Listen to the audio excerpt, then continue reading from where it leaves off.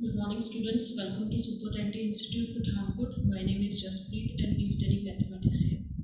जैसा कि आपने पिछली वीडियोस में देखा था, हमने chapter number 1 NCERT book mathematics 12th class के मिसलेनियस एक्सरसाइज के क्वेश्चन को सॉल्व करना स्टार्ट किया था। ठीक है, आज हम उसी एक्सरसाइज को आगे कंटिन्यू करेंगे। हमने क्वेश्चन नंबर 13 तक सारे क्वेश्चन सॉल्व कर लिए थे। मिक्स क्वेश्चन थे, कुछ रिलेशन से बेस्ड थे, कुछ बाइनरी ऑपरेशन, कुछ फंक्शन से बेस्ड है, जिसके रिलेटेड क्वेश्चन हमने पहले भी पीछे एक्सरसाइजेज में सॉल्व किए। ठीक है, आज हम क्या करेंगे, आज हम 14 क्वेश्चन से आगे सॉल्व करना स्टार्ट करेंगे। ठीक है, लेट्स कंटिन्यू। मेरा है क्वेश्चन नंबर 14। क्वेश्चन नंबर 14 है गिवन अ बाइनरी ऑपरेशन। एक बाइनरी ऑपरेशन स्टार है मेरे पास ऑन अ सेट। एक सेट भी दिया गया है 0 1 2 3 4 5। इसमें ये 6 नंबर्स हैं 0 से लेकर 5। ठीक है, एस कैसे डिफाइन है, a star b is equal to, इसकी दो वैल्यूज हैं। अगर मेरा if a plus b is less than 6, अगर ए और बी दोनों का सम लेस देन 6 है तो मैं क्या वैल्यू लूंगी, ए प्लस बी।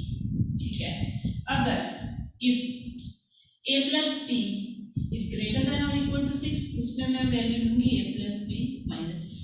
ठीक है, अगर मेरा ए प्लस बी जो दोनों का सम है, ए प्लस बी कहाँ से लेंगे, इसी सेट से लेंगे। ठीक है, अगर उन दोनों का सम 6 से छोटा है तो मैं ये पार्ट लूंगी, अगर उन दोनों का सम 6 या 6 से बड़ा है तो मैं क्या लूंगी, ए प्लस बी माइनस 6। ठीक है, ये मेरा डिफाइंड है। मैंने क्या करना है, show that 0 is the identity of star. 0 is the identity of star and each element A, कोई भी हर member A not equal to 0, 0 के अलावा इसमें से हर मेंबर ले लिया of the given set is invertible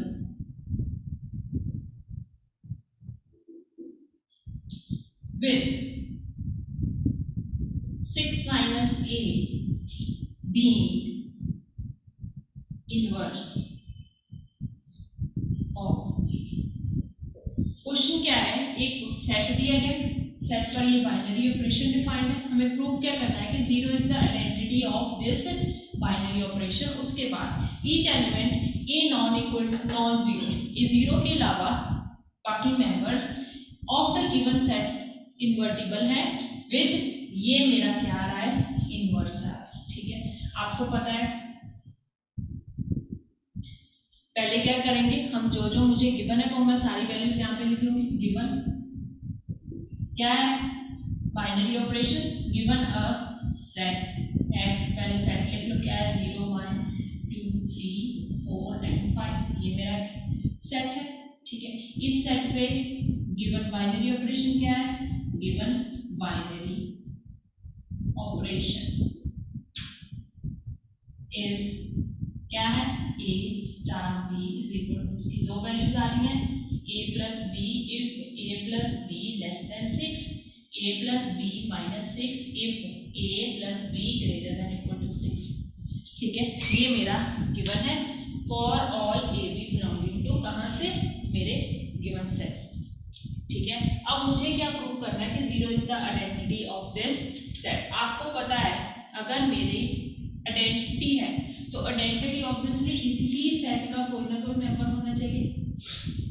इसके अलावा मैं कोई बाहर नहीं जा सकती क्योंकि यहाँ पे n to n कुछ नहीं दिया गया, इसमें सिर्फ एक सेट है, तो मुझे आइडेंटिटी भी इसी मेंबर में से चाहिए, इसी सेट में से चाहिए। ठीक है, पहले हम देखते हैं कि आइडेंटिटी होती क्या है। एन एलिमेंट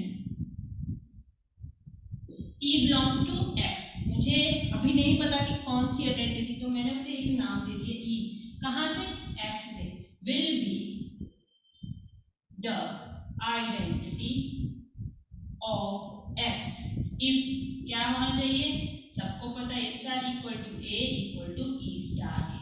E ऐसा एलिमेंट चाहिए जिससे मैं अगर गिवन एलिमेंट के साथ इस बाइनरी ऑपरेशन के अंडर लगाऊं तो मेरा क्या आना चाहिए, ए आना चाहिए, ठीक है।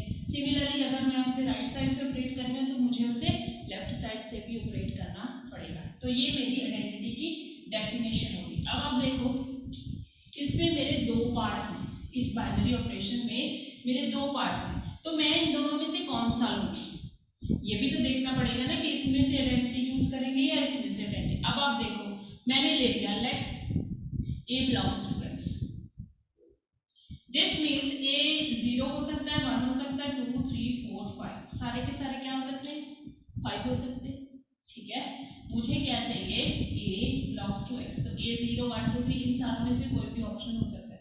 अब उन्होंने बोला कि हमें क्या प्रूव करना है, 0 इज द आइडेंटिटी, ठीक है। A belongs to x as a plus 0 equal to a equal to 0 plus a, this is possible। आपको पता है किसी एलिमेंट में अगर मैं 0 ऐड करूं तो वो फिर दोबारा वही एलिमेंट आ जाएगा, फिर अगर उसे लेफ्ट साइड से ऑपरेट करूं या राइट साइड से, दोनों में से 0 0 ऐड करूंगी तो क्या आएगा, सेम वही एलिमेंट आएगा। और आपको ये भी पता है 0 is the additive identity, 0 is the additive identity, ठीक है। तो इस पहले मुझे ये तो पता था एडिटिव आइडेंटिटी, पर मुझे इस क्वेश्चन के अकॉर्डिंग यहाँ पे लेना था, ठीक है। अब मैंने यही क्यों लिया, ये क्यों नहीं लिया, क्योंकि मैंने यहाँ पे सिर्फ दो मेंबर्स ही लिए, -6 क्यों नहीं लिया। अब आप देखो ए को मैंने यहाँ से लिया, यहाँ पे कोई भी एक मेंबर उठा लो, 0 1 0 के अलावा 1 2 3 4 5 सारे मेंबर्स उठा लो, कोई भी एलिमेंट मेरा 6 से बड़ा नहीं है। तो अगर मेरा 6 से बड़ा नहीं है तो सपोज मैक्सिमम मैंने 5 भी ले लिया, यहाँ पे ए को 5 ले लिया, 5 प्लस 0 आएगा 5 which is less than 6, obvious ये रिजल्ट होल्ड कर रहा है। Whereas इस इक्वेशन के लिए यहाँ पे अगर मैं 0 ऐड करूंगी तो इसमें आइडेंटिटी नहीं आएगी, तो यहाँ पे क्या आएगा, a -6 आ जाएगा which we will reject, क्योंकि मुझे क्या चाहिए, a चाहिए, ठीक है। a plus 0 equal to a equal to 0 plus a, because यहाँ पे मुझे रीजन भी लिखना पड़ेगा, बिकॉज ब्रैकेट में a plus 0 is less than 6 as a कहाँ से आ रहा है, मेरा x से आ रहा है, a x से आ रहा है, तो मैंने क्या किया, ये सारे मेंबर्स ले लिए, ठीक है। अब आप देखो this implies a star 0 equal to a equal to 0 star, ठीक है, यही था binary operation. This implies 0 is the क्या है, मेरी आइडेंटिटी ऑफ एक्स स्टार। इस बाइनरी ऑपरेशन के अकॉर्डिंग 0 इज द आइडेंटिटी। अब मुझे निकालना पड़ेगा इनवर्स। उन्होंने बोला कि every non zero element is invertible with 6 minus a as inverse, ठीक है। अब इनवर्स की बारी, we know that इनवर्स में क्या लेते हैं, यहाँ पे लिख लो साइड पे इनवर्स। अब आपको पता है इनवर्स, इनवर्स क्या होता है, N element A is invertible,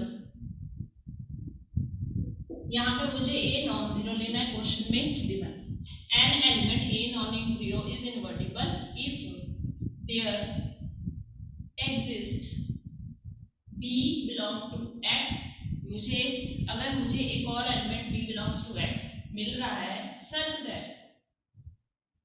क्या आना चाहिए, सबको पता है a star b is equal to 0 because 0 is the identity of this particular question equal to b star, ठीक है।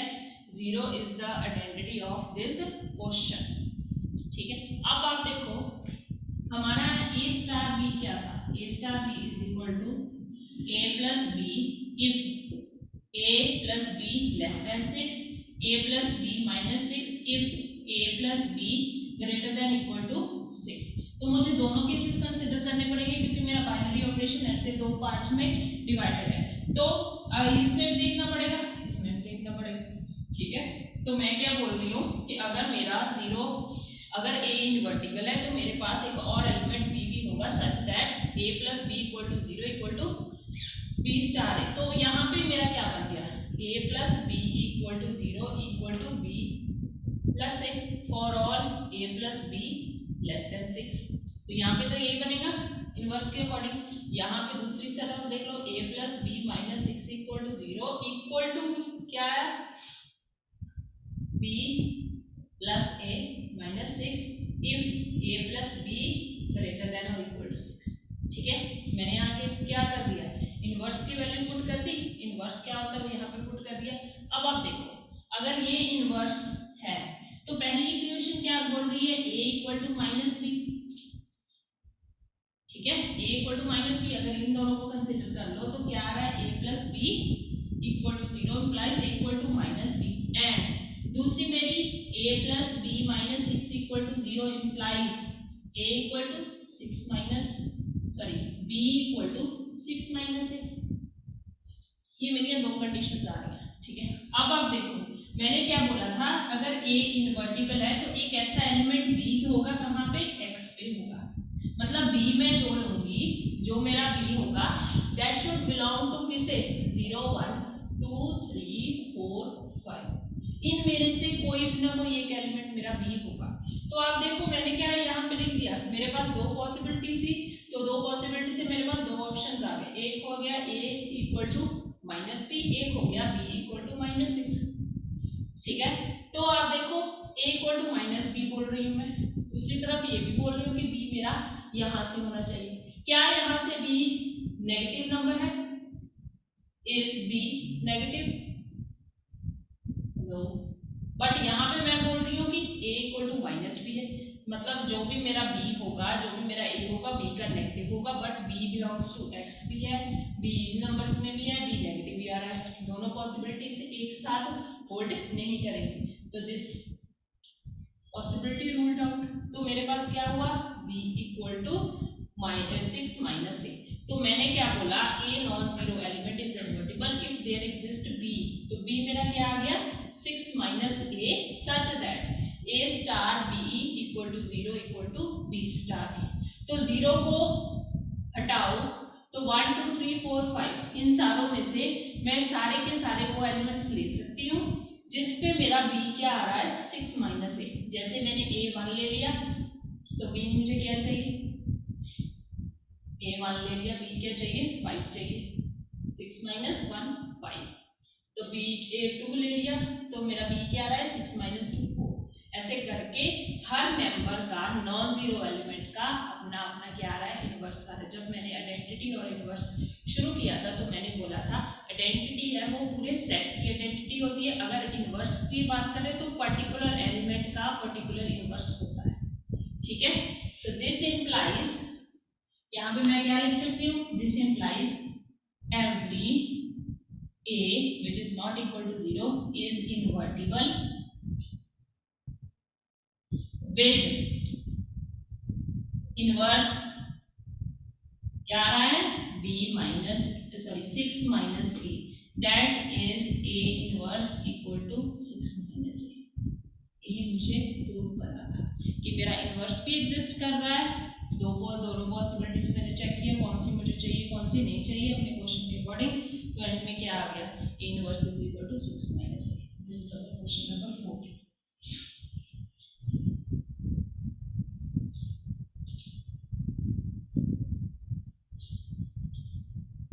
नेक्स्ट है क्वेश्चन नंबर 15।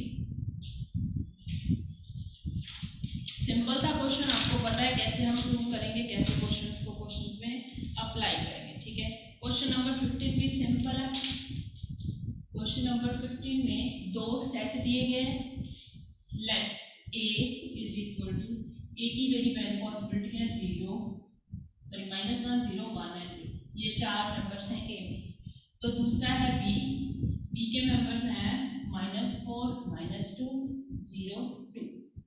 ठीक है, दो फंक्शंस हैं f एंड g दोनों ही a से b तक डिफाइंड बाय कैसे गिवन है f of x equal to x square minus x and g of x is equal to 2 modulus of x minus 1 by 2 minus 1।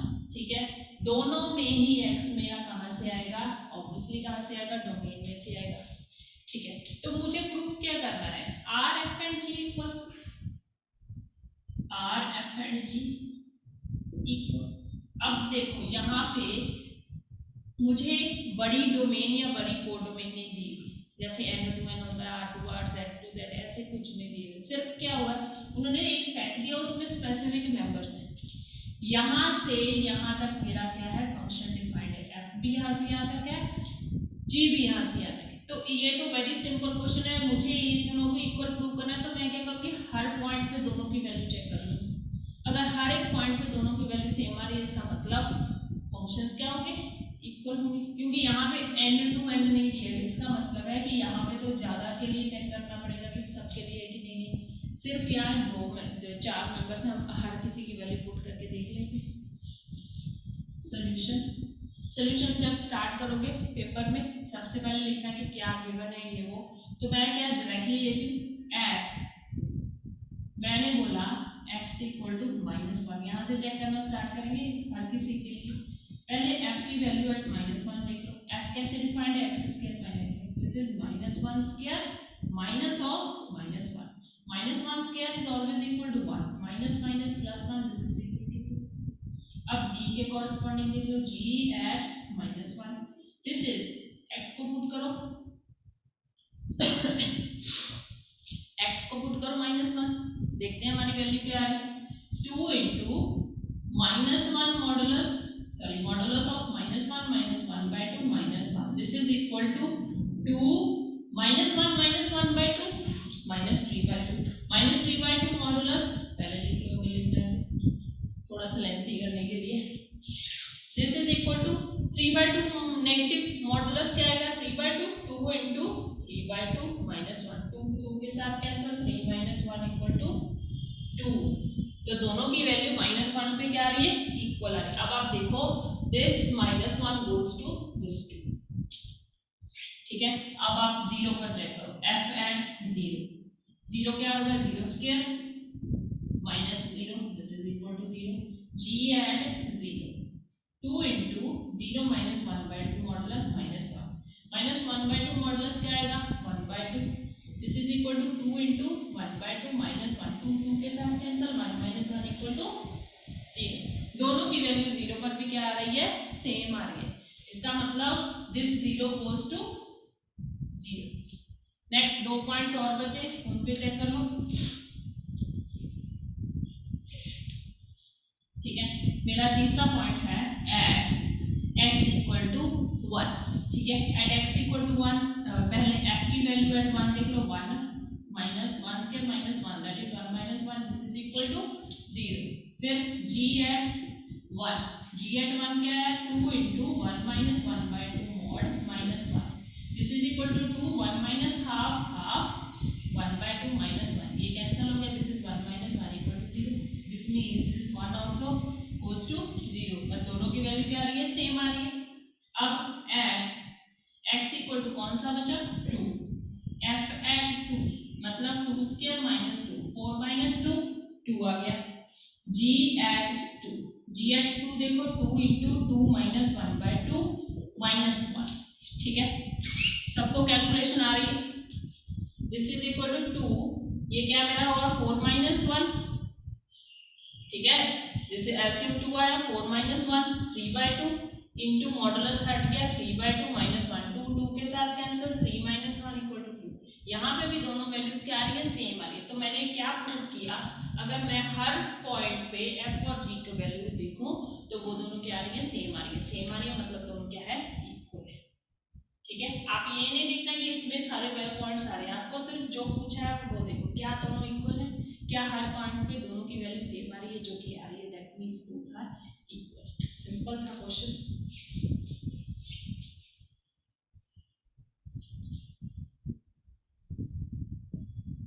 Next है मेरा question number 16, very simple question number 16। यहाँ पे मुझे एक set दिया गया है, ठीक है, लेट ए के वे पॉइंट्स हैं 1 2 and 3, the number of relations containing 1 2 ordered pair of 1 2 and ordered pair of 1 3 which are reflexive and symmetric but not transitive are। ये MCQ है, मल्टीपल चॉइस क्वेश्चन है, इसमें आपको 4 चॉइसेस दी गई है। आपको क्या करना है कि ये चेक करना है कि क्या मेरे गिवन सेट में क्वेश्चन जो रिलेशन बन रहे हैं वो कितने हैं। उन्होंने पर्टिकुलरली ये मेंशन किया है कि आप जो भी रिलेशन बनाओगे उसमें ऑर्डर पेयर आना चाहिए 1 2 1 3 और उसमें दो प्रॉपर्टी सेटिस्फाई होनी चाहिए, एक होनी चाहिए रिफ्लेक्सिव, दूसरी सिमेट्रिक, बट वो ट्रांजिटिव नहीं होना चाहिए। ऐसे आप कितने रिलेशंस बना सकते हो फ्रॉम द गिवन सेट ए। ये है मेरा 1 2 3, ठीक है। पहले लिख लेते हैं the number of relations containing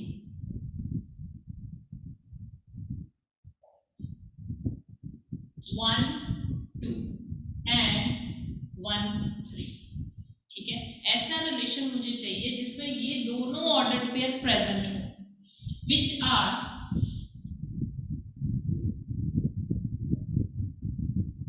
reflexive and symmetric, और रिफ्लेक्सिव भी है सिमेट्रिक भी है but not transitive, but transitive नहीं है। अब मुझे यहाँ पे ये बताने की जरूरत नहीं है कि रिफ्लेक्सिव क्या होता है, ट्रांजिटिव क्या होता है, सिमेट्रिक भी है, बहुत बार कर लिया है, बहुत बार इसके रिलेटेड क्वेश्चंस भी सॉल्व कर लिए। इज नंबर ए, पहला ऑप्शन है मेरा 1, दूसरा ऑप्शन है मेरा 2, तीसरा ऑप्शन है 3 और चौथा ऑप्शन है 4। ये चारों में से मुझे ये देखना है कि मुझे मेरे क्वेश्चन की कंडीशन के अकॉर्डिंग कौन सा सूटेबल है। अब आप देखो सेट क्या है मेरा 1 2 3, रिलेशन क्या होते हैं, subset containing the ordered pair from the Cartesian product. इस सेट का खुद के साथ अगर कार्टेशियन प्रोडक्ट लूं, उसका एक बड़ा सेट बनाओ, उसका एक सबसेट होगा, वो मेरा क्या बनेगा, रिलेशन बनेगा। Relation is the subset of the set containing the ordered pairs. कहाँ से आएंगे, इसकी खुद के साथ कार्टेशियन प्रोडक्ट। अब देखो रिलेशन एक बनाना है इसका जो पहले रिफ्लेक्सिव हो, रिफ्लेक्सिव हो मतलब खुद के साथ हो, खुद के साथ हो मतलब 1 का 1 के साथ होगा, 2 का 2 के साथ होगा, 3 का 3 के साथ होगा, ठीक है। उसके बाद उन्होंने बोला सिमेट्रिक होना चाहिए, बट ये दोनों भी होने चाहिए। तो पहले मैं इन दोनों को इसमें लिख लूं 1 2, अगर 1 2 है सिमेट्रिक भी है तो इसके अकॉर्डिंग 2 1 भी होना चाहिए, ठीक है। अगर 1 3 है तो मुझे सिमेट्रिक भी चाहिए, सिमेट्रिक के अकॉर्डिंग मैं यहाँ पे 3 1 को भी ऐड करूंगी, ठीक है। अब देखो बचे कौन से, 1 1 हो गया, 2 2 हो गया, 3 3 हो गया। these three members या these three ordered pairs define the reflexive property। और उसके बाद 1 2 और 1 3 मुझे लेना था क्योंकि क्वेश्चन में उन्होंने बोला था कि इन दोनों को भी बीच में लोग होने चाहिए, ठीक है। उसके बाद उन्होंने बोला सिमेट्रिक भी होना चाहिए। सिमेट्रिक क्या है, अगर 1 2 है तो 2 1 भी होगा, अगर 1 3 है तो 3 1 होगा। पर आपको पता है ऑर्डर्ड पेयर में सबसेट में और भी मेंबर्स होने चाहिए, होते हैं, पर हम कौन से मेंबर लेंगे कौन से नहीं लेंगे वो कहां से पता चलेगा। रिफ्लेक्सिव भी होगा, सिमेट्रिक होगा, बट वो ट्रांजिटिव नहीं होना चाहिए, ठीक है। ट्रांजिटिव कैसे बनेगा, ट्रांजिटिव मतलब अगर मैं 1 2 ले लूं, 1 2 ले लूं तो ट्रांजिटिव बनने के लिए 1 2 है तो ट्रांजिटिव बनने के लिए 2 3 भी होगा, तभी मेरा 1 3 होगा। 1 3 बिलोंग्स टू दिस, बट मैं यहाँ पे 2 3 नहीं लिख सकती है क्योंकि अगर मैंने 2 3 लिख दिया तो वो मेरा क्या बन जाएगा, ट्रांजिटिव बन जाएगा, ठीक है। 2 3 नहीं लिखूंगी, और एक चीज और 2 3 नहीं लिखूंगी, 3 2 भी नहीं लिखूंगी, क्यों, क्योंकि 3 2 मैंने बीच में लिख दिया, 1 3 पहले से है, 1 3 3 2 तो यह बनेगा 1 2। बेशक 1 2 है बट वो 1 2 ट्रांजिटिव के अकॉर्डिंग नहीं है, वो 1 2 किसके अकॉर्डिंग है, सिमेट्री के अकॉर्डिंग है, ठीक है। कंडीशन के अकॉर्डिंग है कि ये मुझे इसमें डालने ही पड़ेंगे क्योंकि मुझे अपना रिलेशन जो है वो क्वेश्चन के अकॉर्डिंग भी चूज करना। तो ये एक ही रिलेशन बना, जिसमें रिफ्लेक्सिव भी हो रहा है, सिमेट्रिक भी हो रहा है, ट्रांजिटिव नहीं हो रहा है, 1 2 और 1 3 में भी मेंबर्स इंक्लूडेड है। ठीक है, तो आपने देखा कि ये एक रिलेशन बन रहा है, that means our option A is correct. ठीक है, ध्यान से देखो कौन सा है कौन सा नहीं लेना है क्वेश्चन के अकॉर्डिंग, तो आंसर आपका खुद और खुद पता चल जाएगा कि आपको कौन सा है। ठीक है, नेक्स्ट है मेरा क्वेश्चन नंबर 7। ये भी सेम इसी तरह का एक क्वेश्चन है यहाँ पे, बट उन्होंने क्या बोला, इक्विवेलेंस रिलेशन है। इक्विवेलेंस रिलेशन का मतलब रिफ्लेक्सिव भी होगा, सिमेट्रिक भी होगा और ट्रांजिटिव भी होना ही चाहिए, तभी क्वेश्चन क्या बनेगा, इक्विवेलेंस रिलेशन बनेगा। Question number 7। नेक्स्ट है लेट ए, इसमें भी वही मेंबर्स ले लिए 1 2 3, तीन मेंबर्स का एक सेट है। The number of equivalence relations containing, यहाँ पे एक और कंडीशन है, कंटेनिंग क्या 1 2 इज, ठीक है, इक्विवेलेंस रिलेशन होने चाहिए, मतलब रिफ्लेक्सिव सिमेट्रिक ट्रांजिटिव सारे के सारे होने चाहिए। उसके बाद उन्होंने क्या कि 1 2 भी होना चाहिए। कितने होंगे, इसके ऑप्शंस है, ए है 1, बी है 2, सी है 3 और डी है 4। देखो सेम वही प्रोसीजर है, सेम वही चीज है, बस एक चीज उन्होंने क्या है, ये 1 2 दोनों की बजाय, मतलब दो मेंबर्स की कंडीशन की बजाय उन्होंने एक मेंबर की कंडीशन ली। अब आपके पास ए है 1 2 3, उसका रिलेशन, सबसे पहले मुझे सिमेट्रिक चाहिए तो मैं 1 1 लिख लूंगी, 2 2 लिख लूंगी, सॉरी रिफ्लेक्सिव चाहिए 1 1 लिख लूंगी, 1 2 लिख लूंगी, 3 3 लिख लूंगी। उसके बाद सिमेट्रिक है तो 1 2 होगा, 1 2 होगा तो 2 1 के कॉरेस्पॉन्डिंग भी होगा। ठीक है, अब देखो अगर मेरे पास 1 2 है 2 1 है, तो यहां से भी एक ट्रांजिटिव रिलेशन बन जाएगा। कैसे, 1 goes to 2, 2 goes to 1, that implies 1 goes to 1 directly। ऐसे भी हो सकता है ना, 1 goes to 2, 2 goes to, reflexive का मतलब क्या होगा, 1 ए से एक मेंबर दूसरे से जाएगा, सॉरी ट्रांजिटिव का मतलब क्या होगा, 1 member goes to second member, second member goes to third member. तो आपने क्या किया, ऐसे प्रूव करना है कि मैं सेंटर वाला पार्ट जो है, सेंटर वाला मेंबर जो दोनों में कॉमन है उसको मैंने रिमूव कर दिया, तो क्या होगा, 1 goes to 3 डायरेक्टली। तो this means the relation is reflexive, sorry transitive. तो एक मेरा सॉल्यूशन ये भी आ सकता है, ये ऑप्शन भी आ सकता है, क्योंकि आर क्या होता है, रिलेशन क्या मतलब सबसेट होता है। जरूरी नहीं है कि सबसेट में सारे के सारे मेंबर्स हो, कुछ कम भी हो सकते हैं, कुछ ज्यादा भी हो सकते हैं, सॉरी ज्यादा तो नहीं होंगे ऑब्वियसली, क्या होंगे, कुछ मेंबर्स होंगे जो मेरी रिक्वायरमेंट को सेटिस्फाई करो, मेरी कंडीशन को सेटिस्फाई करो, फिर मैं वही मेंबर हूँ। ठीक है, तो इसमें एक तो ये आ गया। उसके बाद उन्होंने बोला था 1 2 होना चाहिए, 1 2 है, 1 2 प्रेजेंट है ना, तो दूसरा रिलेशन देख लो, 1 1 2 2 3 3, ये तो आएंगे ही आएंगे क्योंकि रिलेशन क्या मेरा है, रिफ्लेक्सिव। उसके बाद एक उन्होंने ये बोला 1 2 ले लो, 1 2 लूंगी तो 2 1 भी आएगा क्योंकि सिमेट्रिक होना चाहिए, इक्विवेलेंस क्लास है। उसके बाद मैं 1 3 भी ले सकती हूँ क्योंकि 1 2 की कंडीशन है, तो अगर इतना लिया तो वो तो सेम ही आ जाएगा। तो मैंने क्या लिया, 1 3 ले लिया, 1 3 सिमेट्रिक होना चाहिए तो 3 1 भी आ गया। ठीक है, उसके बाद दो और बचे 2 3, क्योंकि 3 को इंक्लूड करें तो उसके अकॉर्डिंग मुझे ट्रांजिटिव प्रूव करने के लिए ऐसे नंबर्स भी लेने पड़ेंगे ना जिसमें 3 हो। ठीक है, 2 3 और 3 2। तो आप देखो ये दो तीन मेंबर क्या बोल रहे हैं कि ये मेरा रिफ्लेक्सिव है, ये दो पेयर क्या बोल रहे हैं कि ये क्या है, सिमेट्रिक है। अब आप देखो 1 goes to 2, 2 goes to 3, that implies 1 goes to 3 directly, ये भी हो गया। उसके बाद अब आप देख लो 1 goes to 2, sorry 1 goes to 3, 3 goes to 2, तो 1 goes to 2 डायरेक्टली, ये भी हो गया।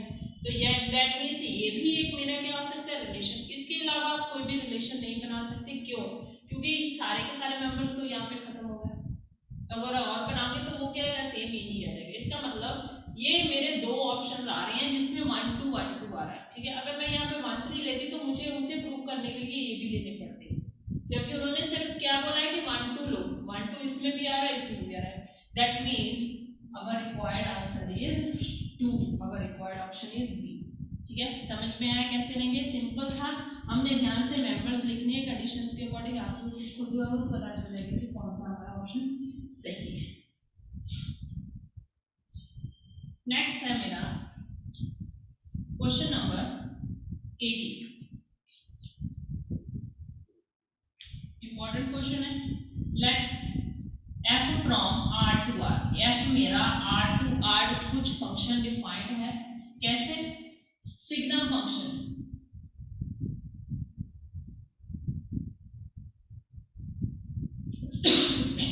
सिग्नम फंक्शन क्या वैल्यू देता है? 3 वैल्यूज देता है, एक 1 if x is positive, 0 if x equal to 0, -1 if x is negative. अगर x नेगेटिव है तो वैल्यूज दिखेगा। सिग्नम फंक्शन कौन होता है? ऐसा फंक्शन जो सिर्फ 3 वैल्यूज दे, एक -1, एक 0 और एक 1। ठीक है, अब आपको ये वैसे इसका पार्ट नहीं है तो मैं ऐसे बता देती हूँ कि सिग्नम फंक्शन कैसे होता है। f of x equal to modulus of x by x, इस फंक्शन को क्या बोलते हैं? Signum function. ठीक है, यहाँ पे आपको सिग्नम फंक्शन ऐसे सीधा दिया हुआ है which is well and good, तो आपको ज़्यादा मेहनत करने की जरूरत नहीं है। ठीक है, ये मेरा फंक्शन है f एंड एक g है r टू r, वो कैसे डिफाइंड है? डिफाइंड बाय कैसे? g of x is equal to greatest integer function of x। अब मुझे यहाँ पे greatest integer function of x भी बताने की जरूरत नहीं है, आपको पता है greatest integer function of x क्या होता है? एनी इंटीजर लेस देन और equal to this number on the left side, ऐसे नंबर के लेफ्ट साइड पे जो आपका क्लोजेस्ट इंटीजर होगा वो हमेशा क्या होगा? आंसर। ठीक है, देन प्रूव क्या करना है? देन डज क्या f of g and g of f कंसाइड, कंसाइड मतलब मिलते हैं इन कहां पे? 0 1 इंटर, 0 पे ओपन है, 1 पे क्लोज है। क्या इस इंटरवल में ये कंपोजिशन इसकी g की f के साथ, f की g के साथ क्या ये मिलती है या नहीं मिलती? ठीक है, सॉल्यूशन। अब इस फंक्शन को डिफाइन करने की जरूरत नहीं है, कैसे है क्या है। ग्रेटेस्ट इंटीजर फंक्शन को भी मुझे डिफाइन करने की जरूरत नहीं है, क्योंकि पहले भी मैंने ये डिटेल में बताया कि कैसे ग्रेटेस्ट इंटीजर आएगा कैसे नहीं आएगा। ठीक है, जो गिवन है आप लिख लो, given this function f from r to r defined by this number, g r to r defined by greatest integer, greatest integer function क्या होता है। ठीक है, अब हम देखेंगे वैल्यूज। तो देखो f की तो यही वैल्यूज आ रही है, हमें क्या इंटरवल लेना है? 0 से 1, मतलब ये इंटरवल मेरा ऐसे बना 0 less than x less than और इक्वल टू 1, इस इंटरवल के अकॉर्डिंग। ठीक है, तो अब देखो यहाँ पे इक्वल टू 0 0 आएगा, नेगेटिव ऑफ 0 वाला है ही नहीं, इसमें ये -1 तो पार्ट होगा नहीं, क्योंकि मुझे इंटरवल क्या चाहिए? 0 से 1 तक चाहिए, 0 पे ऊपर चाहिए।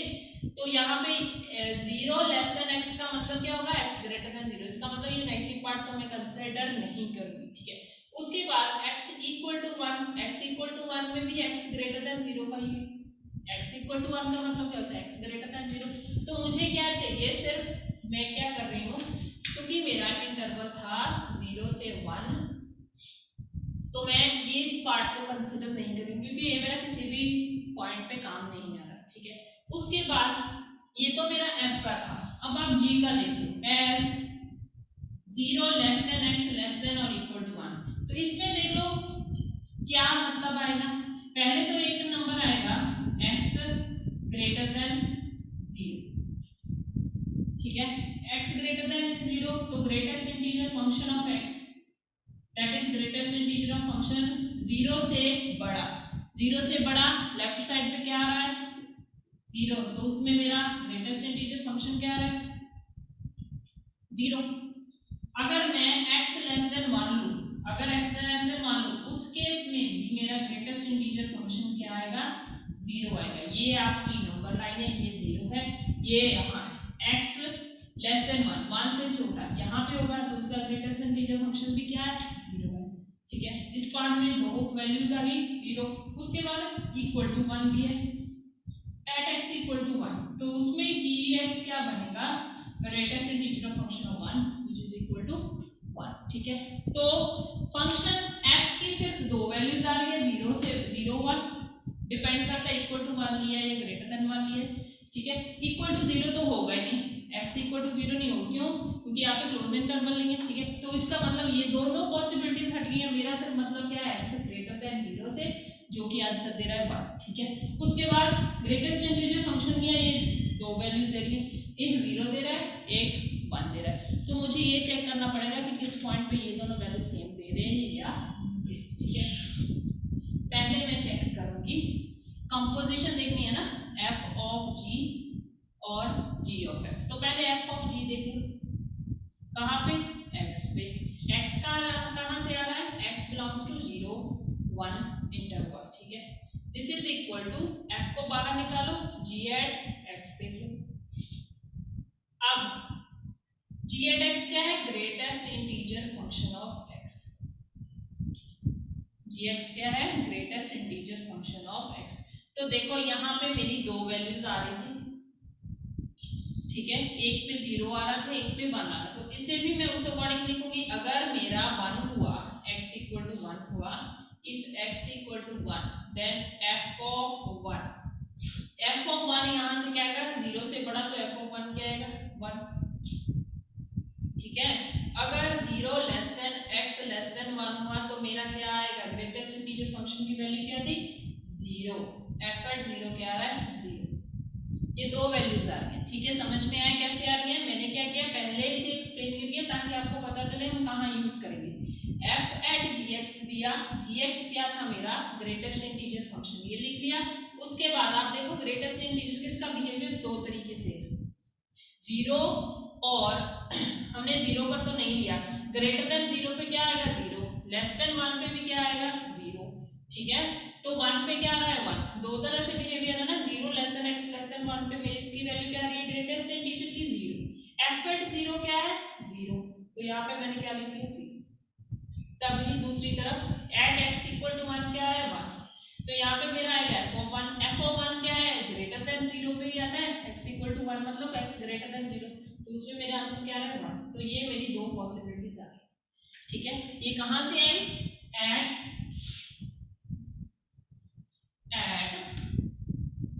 0 लेस देन, यहाँ पे आई ना, ये कहाँ से आई 0 से बड़ा 1 या 1 से छोटा। ठीक है, अब ये था f ऑफ g, तो g ऑफ f देख लो, g of f at x, g of f at x is equal to, g को बाहर निकाला f ऑफ x।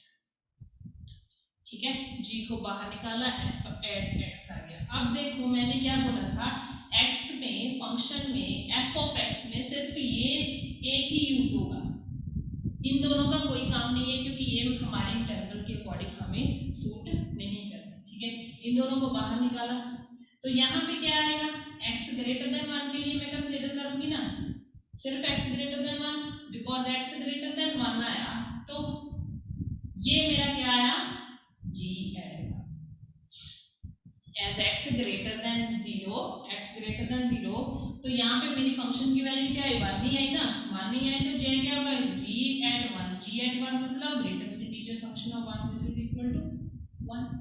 ठीक है, अब आप देखो जब मैं बोल रही हूँ this is x greater than 0 के लिए, x ग्रेटर देन 0 के लिए आंसर क्या आ रहा है मेरा 1 आ रहा है, यहाँ पे x ग्रेटर देन 0 के लिए आंसर क्या आ रहा है 0 आ रहा है। क्या ये दोनों कोइंसाइड करेंगे, नहीं करेंगे।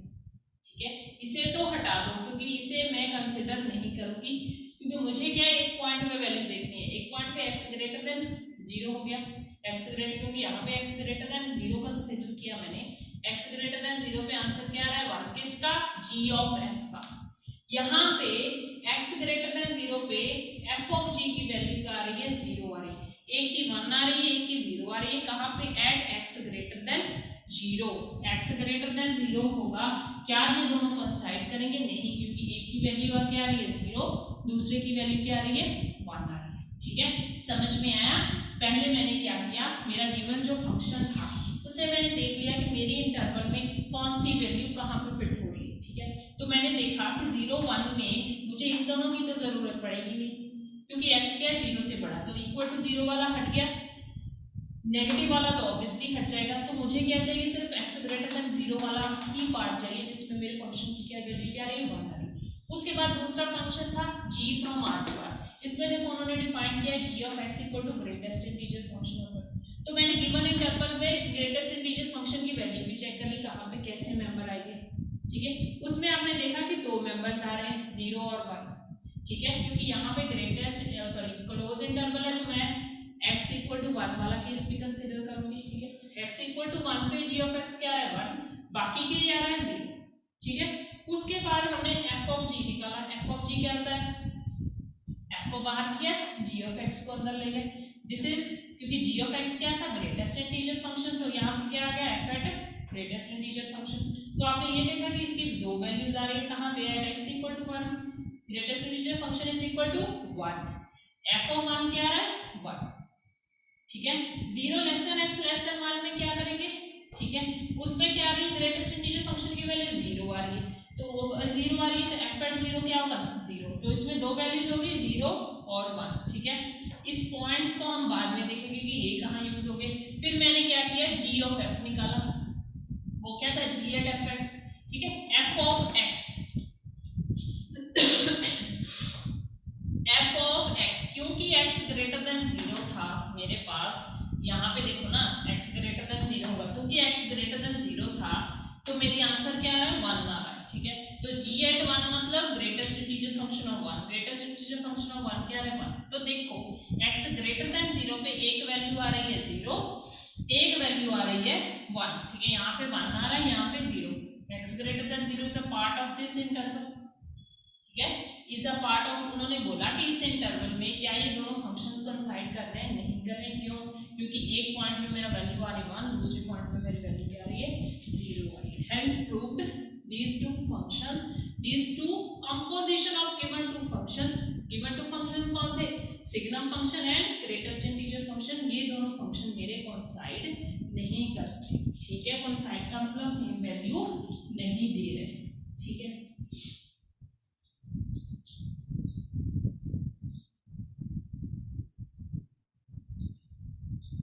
ये थी आपकी मिसलेनियस एक्सरसाइज एनसीईआरटी बुक के चैप्टर नंबर 1 की, based on relations, functions, binary operations, invertible functions. ठीक है, ये सारे टॉपिक हमने इसमें कवर किए थे, उनके अकॉर्डिंग हमने बहुत सारी एग्जांपल सॉल्व की थी, सारी तरह की एग्जांपल सॉल्व करी थी। अगर स्पेसिफिक सेट दिया गया तो उसका बिहेवियर हम कैसे देखेंगे, अगर मेरे पास पूरा का पूरा नेचुरल नंबर्स है, होल नंबर्स है, रियल नंबर्स है, इंटीजर्स है, रैशनल नंबर्स है, तो उसमें मैं कैसे अपने क्वेश्चन को इनकॉर्पोरेट करूंगी, कैसे किसी पॉसिबिलिटी को रूल आउट करूंगी।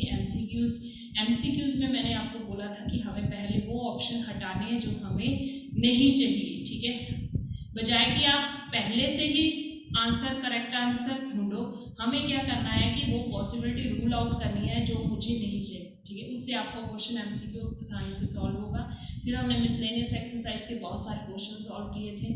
ठीक है, ये आपकी प्रैक्टिस थी रिलेशंस, फंक्शंस और बाइनरी ऑपरेशंस की। आई होप अब तक आपको ये टॉपिक क्लियर हो गया होगा। नेक्स्ट हम आगे का चैप्टर नंबर 2 स्टार्ट करेंगे अगली